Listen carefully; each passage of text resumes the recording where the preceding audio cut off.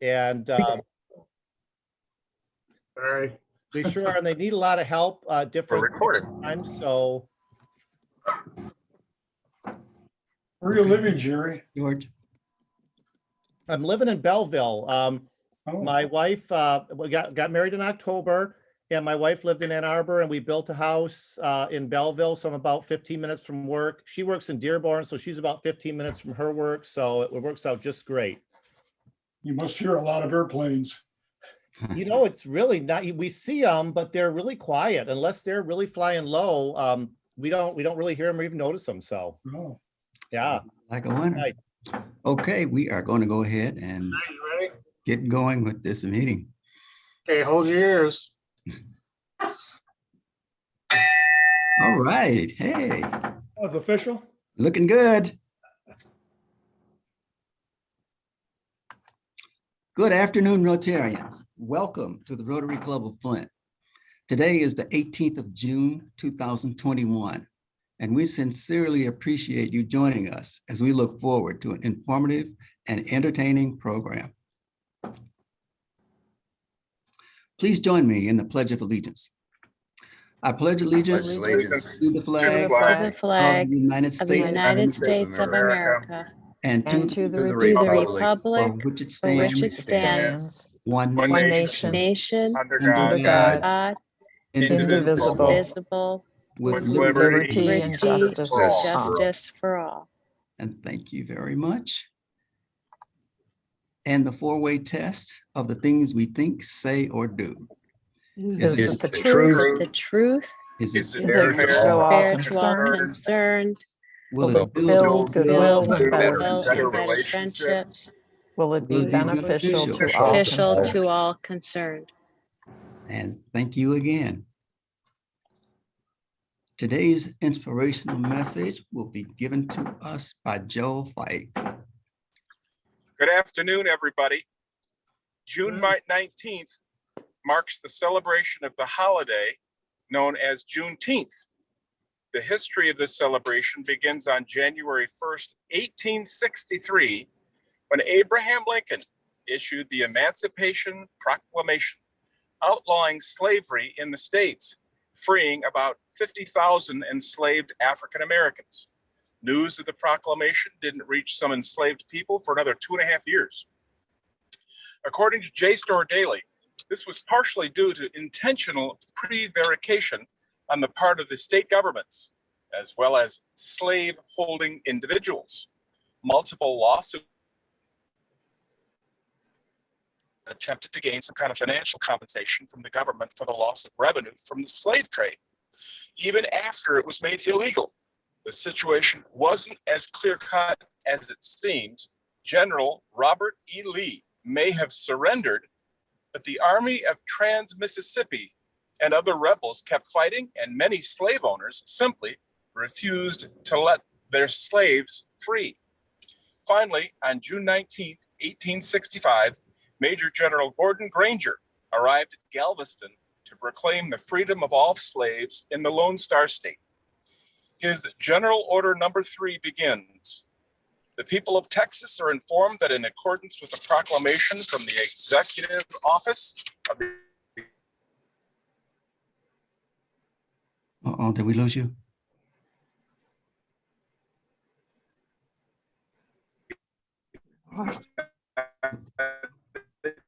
Oh, we lost your audio.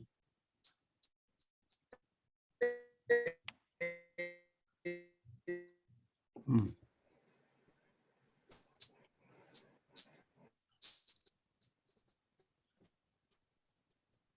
Wow. Very interesting up until the time you can't hear me anymore. Right.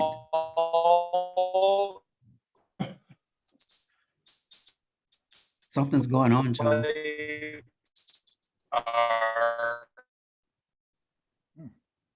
Hmm. Yep, something's not cooperating.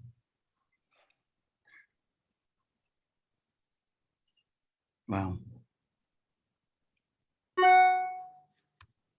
Joel, if you can hear us, turn off your video, your incoming video, and that may help your connection be a little stronger.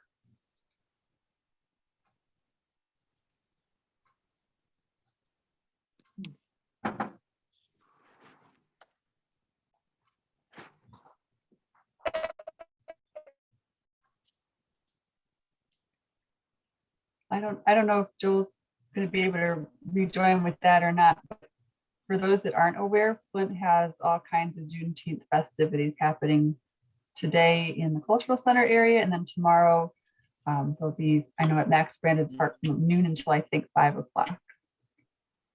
Elizabeth, you're taking notes. I wonder if it would be possible for Joel to maybe send what he was reading to you and you included in, in the notes, because what he was doing was really interesting. Yes, it was. Good suggestion. Well, I'm glad you told me I was taking notes. I took notes last week and didn't know I was up this week. So I'll start taking Wait a minute. notes. Oh, you weren't supposed to take notes last week. You're still not coming through clearly, Joe.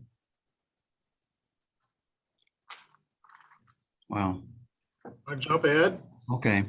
Yes, let's move forward. We can get back to him.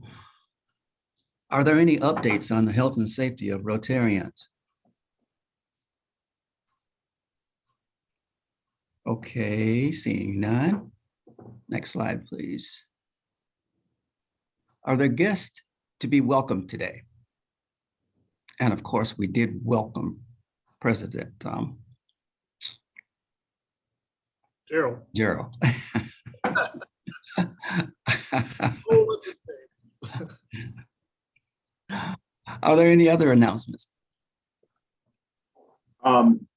We had our Mott Community College Yes, jazz concert that's right. yesterday. Thanks to Lynetta Coney for pulling some strings to make things happen. And because she's so good at it, we're gonna do an encore this coming Thursday, 5:30, on the lawn at Mott Community College again. And yesterday we saw Jim Richardson there, somewhere in the crowd. So that's my announcement. Well, that's great. Please Yes, go. It'll be fun. It was fun yesterday.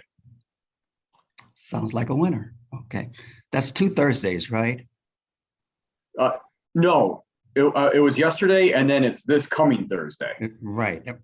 But it doesn't continue after. No, this that's coming it. Thursday's Gonna be the okay. Correct. This coming Thursday will be the end of it. Okay. President Ray, Yes. some of our members of our club joined together on Monday for a luncheon hosted by the Burton Rotary Club and the Boy Scouts of America honoring Bobby McCumilla. And so I want to thank those Rotarians, the Flint Rotarians that came out for that event. Thanks for your attendance and your support. And congratulations to Dr. Bobby. I don't know if he's on the call or not, for being recognized as the Good Scout Award recipient for this year. Oh, that's fantastic. Congratulations, Dr. Bobby. And thanks for that announcement, Mike. Okay, so next slide, please. So it's time for the program. Lynetta Coney is giving me the privilege of introducing Costa Papista, president of the former Flint Firebirds and current president of the national champion Flint City Bucks. Costa, you are front and center.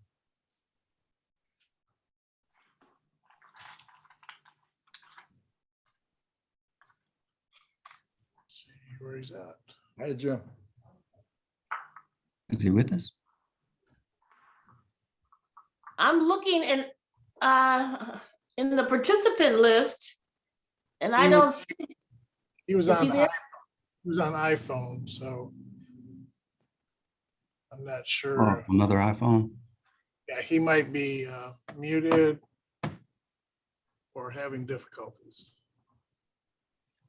New hairdo, Lynetta. Okay. I didn't hear Dr. Schick. What did you say? New hairdo. Dr. Schick, in front of all these people. Hey, it looks good. The hairdo and the glasses. They both look good. Yes. Okay, we're having fun with iPhones today. I Let's see if I wonder, can call him. okay. while we're waiting for him, this is Lynn. May I make an announcement? Certainly. Go right ahead.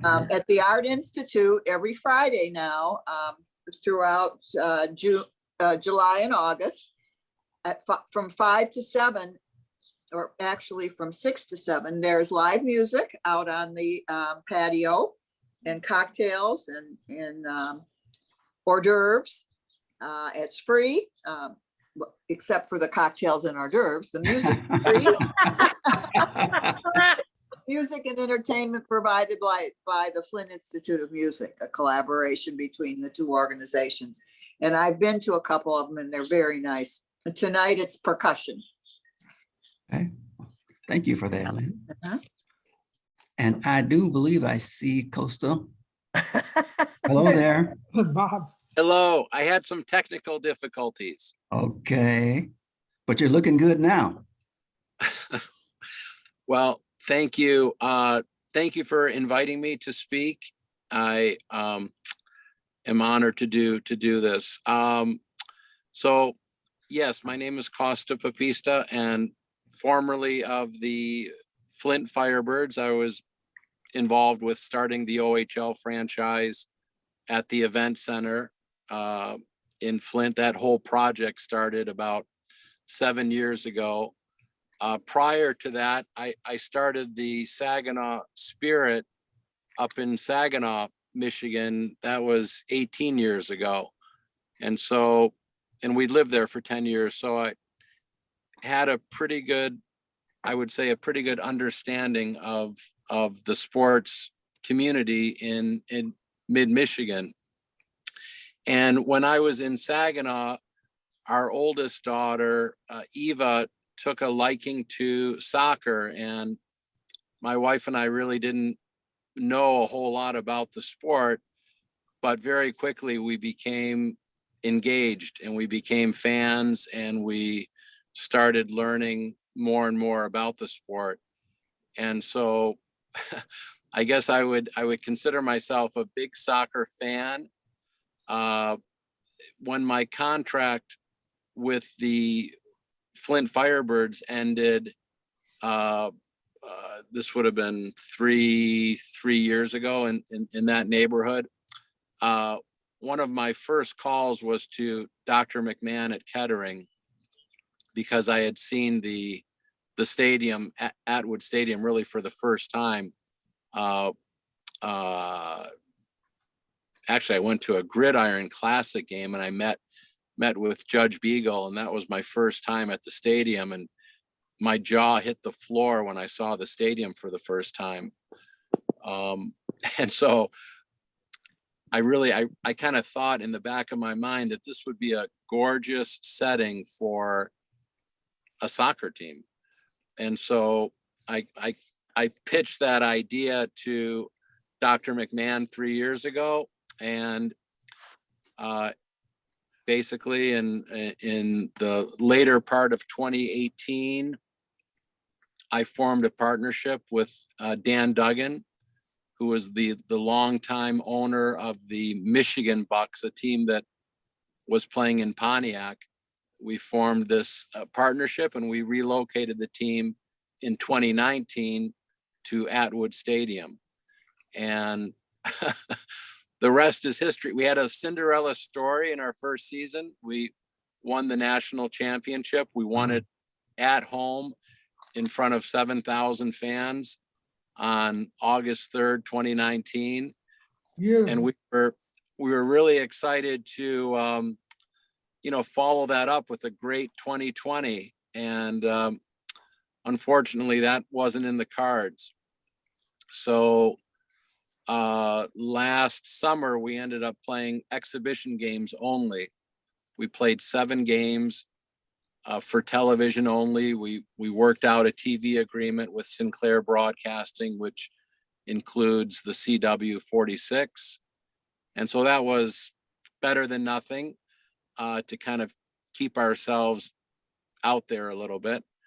But now in 2021, we're in the middle of a full season again. USL, which is United Soccer League out of Tampa, Florida. It's considered the best player development league in North America for the Major League Soccer draft. Each year, MLS takes 80% of its talent from our league. And historically, our franchise has been one of the top suppliers of talent to Major League Soccer. So this past January, we saw 5 more Flint City Bucks get drafted into MLS, which we're really excited about. So anyhow, now we're in the middle of our 2021 season. Hot off the press, we just lost 2 games in a row, which is something I don't think the franchise has ever done before. So we're training really hard. We have a really big game coming up in Fort Wayne this Sunday evening, which is kind of a must win for us to make sure we stay in playoff contention. And that's basically your update on your local soccer team, the Flint City Bucks. Wow, well, thank you. Questions? What's the current status of the team on 1-loss record? We are 3-2-2, 3 wins, 2 losses, 2 ties. We play in the Great Lakes Division, which is a 9-team division, and we're on the outside looking in at the moment. We're in 4th place, but we have to finish in the top 3 to qualify for the USL playoffs. Thank you. How do you replace all the players that you have graduated on and moved to the MLS? What do you do? How do you do that? Well, that's where Dan comes in. Dan Duggan is one of the top recruiters in the country, and our technical director, Gary Parsons, he was the head men's soccer coach at Oakland University for 30 years. So between Dan and Gary, they have relationships with the top soccer NCAA programs across the country. And so we're grateful, to have them doing the recruiting. And then also, U of M Flint has been very helpful. Our players live at Riverfront downtown for the summer, which is a beautiful spot. And that's another important recruiting tool for us. So it really helps us get the best talent to come to Flint for the summer.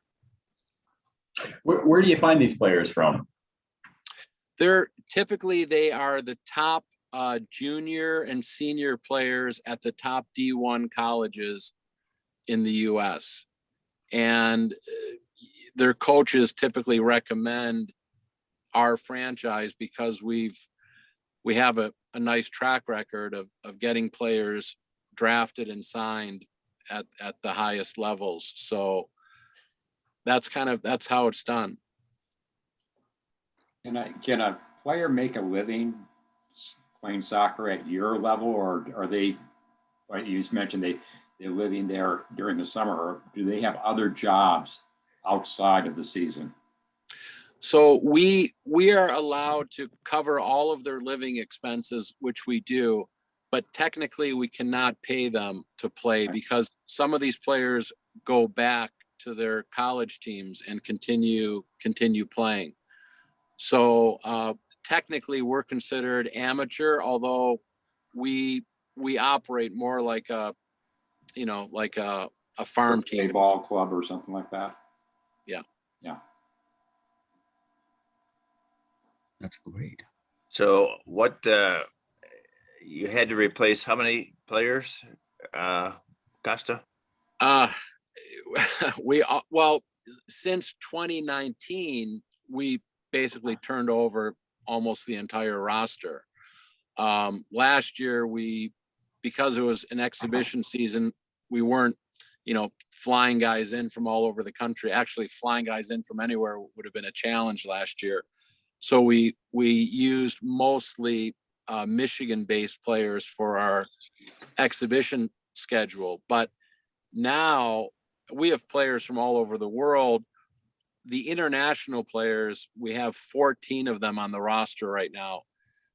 They're all they're all players that have already been living in the US. They're on soccer scholarships across the country. So they already have, their status, their immigration status to be here. And it's really neat. We've got players from Spain, England, Portugal, Ghana, Cameroon, Brazil, Germany, Italy, all over the place. And these are great kids. And one of the visions that I had when I was talking to Dr. McMahon about this 3 years ago was that just having this kind of thought that these players are going to spend their summers in Flint. They're going to have an amazing experience, and they're going to, spread the good word back to their hometowns, their home countries, which is exactly what happened in 2019. Of course, it helps that we won the whole thing, but these players had such an amazing experience. They were blown away by the experience they had in Flint. Oh, that's great. I know COVID slowed things down, but are you looking forward to those crowds being like the 7,000 plus crowds that you had when you were able to do it in person? It's going to take us a while to get back to that for a number of reasons. Some people are still maybe a little concerned about, going to a larger public gathering. Number one. Number two, I think a lot of people have gotten into other habits, other recreational habits in the summertime, like everyone's camping on the weekend or boating or doing something maybe that they didn't do in 2019. So I think all of us that are in this type of like sports business or outdoor event business are kind of going through the same struggles at this time. And we just feel like it's going to take us a little while, to maybe a couple years, to get back to what we had in 2019. Okay, but as long as you get back, though, that's the key. Would the same guys generally come back, or so they build some chemistry year to year, or not? Every year is a new group of people? Normally we would have a nucleus of maybe 8 or 9 guys. Okay. So yeah, that would be typical. And typically it's the juniors, maybe even some sophomores in college, that would come back and be with us for a couple years, because the MLS draft, they take graduating college seniors. So if we have juniors, sophomores and juniors on the team, yes, those players are always returning. So you can build some chemistry, and it's hard to do when everybody shows up, they're brand new. They're good, but they're not a team yet. Right. Well, this year we have a very talented team, but for whatever reason, we're having trouble scoring at the moment. And so we're getting a million chances. We're basically dominating most of these games, but we're just not able to finish our chances. And so that's what's put us in a little hole at the moment. But hopefully we can break out of that on Sunday down in Fort Wayne. How many games do you play during the season? You mentioned you're 3-2-2, and you got to finish in the top 3. How many games total do you play? So within our league, we'll play 14, and then we add on friendlies, which are exhibition games. So in fact, we have extended our season after the USL schedule is complete. We'll continue to play friendlies all the way through the end of September. And I think that'll help us. That'll help our business, because it'll give us a chance to have more games later in the season, when hopefully more and more people will feel comfortable coming out. I Do you wonder, have a can you talk? website where we can see the schedule? Yeah, flintcitybucks.com. It's on our website. flintcitybucks.com. We'll make sure to put that in the newsletter as well. I wonder, can you speak a little bit about the atmosphere? I actually was at the championship game with my son back in 2019. We stayed past his bedtime to see the final. It was really exciting with the shootout at the end. So if you haven't been to a game, I say definitely go. It's a whole lot of fun for the whole family. Can you talk a little bit about the atmosphere? I understand that there's a certain fan section that's quite exuberant, and just give folks who haven't been there a sense of what it feels like. Yeah, the atmosphere at any soccer game, at any like professional soccer game is really unique. There's always a supporters group. In our case, they're called the River Rats, and they sit in section 11 at Atwood, and they basically drum and chant and sing the entire game, which is really kind of cool. And a lot of the chants are clever.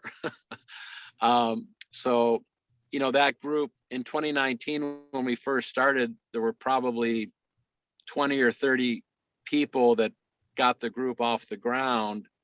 And by the championship game, 3.5 months later, we had 900 people sitting in basically those 3 sections. So it really took on a life of its own. It was pretty cool. And they march from Soggy Bottom to the stadium on every match day. So, you know, chanting, waving flags, drumming, you know, all the way down University Avenue. So it's a neat little site, that's for sure. But they've been incredible. That's great. A river rat parade. Exactly. Where's Foggy Bottom? Soggy Bottom is on Saginaw, just north of the river. And there's a new cider distillery right across the street as well. Flint Hard Cider, I believe, is what it's called. And so they've got tents out in their parking lot, and it's kind of where the pre-party begins. And then about half an hour before our kickoff is when they start marching down to the stadium. Fantastic. For the old timers, that's the old Hurlick's drugstore. How many old timers remember? I don't see any. Oh, I saw a hand go up. I know. Do you find, just a quick question, do you find any difference in the way the international players play versus the American ones, the ones that are, you know, born and bred here?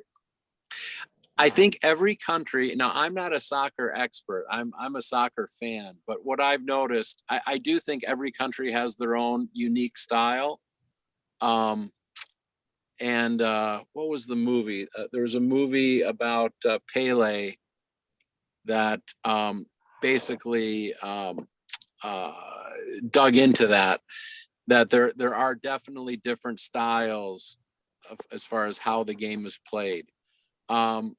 I would also say that a lot of the foreign players, like in our case, we have players that when they were young kids, they were playing soccer barefoot until they didn't get their first pair of cleats until they were 14 years old. Those players have been playing soccer like 24/7 since they could find a ball. So naturally their skills are incredible. So yeah, that's what I've observed from the players that we've had so far in this project.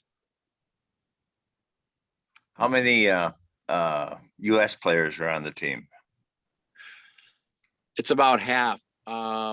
We've got about, actually it's right at half, 50-50 international versus domestic players. So they're learning also from the international players as well as that. Yeah, that's good. It is. It's so, you know, what we noticed in 2019, the players that went back to college that year, they all had the best college year of their career. I mean, they gained so much from our season. So it was, and then guys got drafted and guys signed professional contracts. And so it was such a rewarding year in so many ways. Excellent.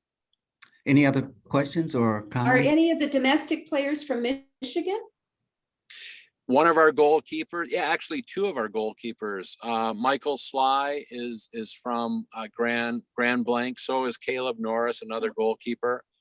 They're both on the younger side. Michael will be an incoming freshman at Oakland University, and Caleb will be a sophomore at Butler in Indianapolis. And then, let's see, Dylan Borzak, who's one of our top players. He's from the Detroit area.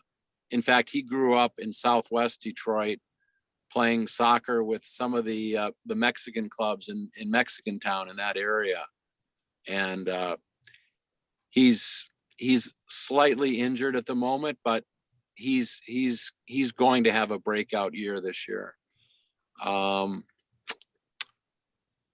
I think we might have a couple more Michigan players as well. And we have 5 players from Oakland University right now on. They're not all from Michigan, but there's that little connection there. Well, I'm wondering if, we had talked about doing different sorts of outdoor things as Rotarians to kind of fellowship. I'm wondering if maybe the summer folks might be interested in going out to see a Flint City Bucks game. Wonderful idea. Wonderful. We'll have to follow up on that. We have a nice little VIP tent, and you guys could, that could be a nice area to, if you wanted to do something a little bit ahead of kickoff, that area would be probably perfect for your group. Maybe we could have a fan section that's going to be called the Rotary section, huh? The Rotary fans. Just make sure get all your smoke bombs in order. Your noise Mike maker. Chafee, you need to organize this for all of the Rotaries. Costa, when is the beer garden going to come back? Yeah. Well, we have our assistant governor on the call. Maybe Al, you put that on the agenda for your next president's meeting to get all the Genesee Rotary clubs involved.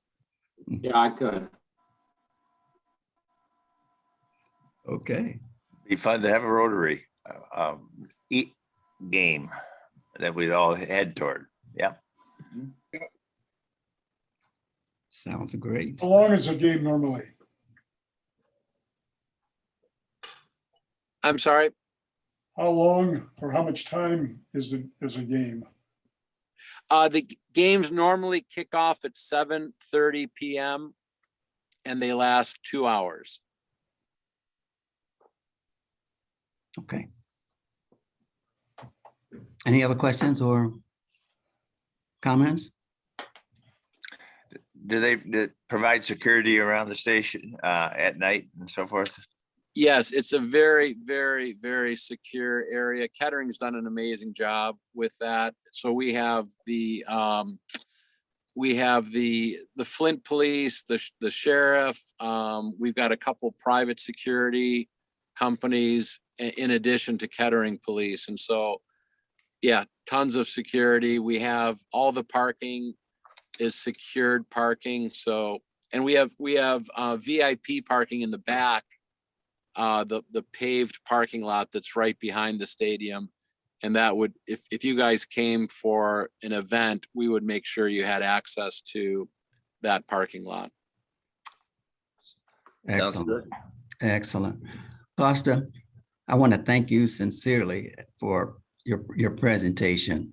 You showed us your expertise by overcoming the barrier of the iPhone to give us an excellent presentation. And in appreciation for the time and preparation that you donated for your very educational presentation, the Rotary Club of Flint will make a donation in your name to the Rotary International Foundation for the Eradication of Polio. We sincerely thank you for joining us today and giving us this very, very productive information. Thank you. Thank you so much. I really appreciate the opportunity to speak to you. All right. We appreciate Thank you. you. Flint Rotary expresses its appreciation for our organizers today. Rotarian Joe Fike for today's almost complete inspirational message, which we'll have to get him back for. And happy Juneteenth, everyone. Rotarian Lynetta Coney for giving me that privilege of introducing today's speaker, and Rotarian Elizabeth Jordan for taking notes of today's activities. Flint Rotary thanks each and every one of you for joining us today. And we are inviting all of you to join us next week to see and hear Cheryl Feigl, author of Champions of Flint, which was co-written with Ted Hamady. As always, we are pleased to welcome and offer the hospitality of Flint Rotarians to all guests that choose to join us today, just as President Gerald joined us. Be safe, be vaccinated if you are not, and look for opportunities to provide service above self as you enjoy more sunshine and warmth. Now, listen carefully for the bell to signify that we are adjourned.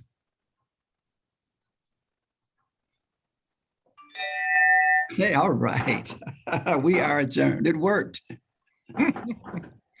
Good job. Have a good week, everybody. See you next week. Yeah, enjoy the weekend.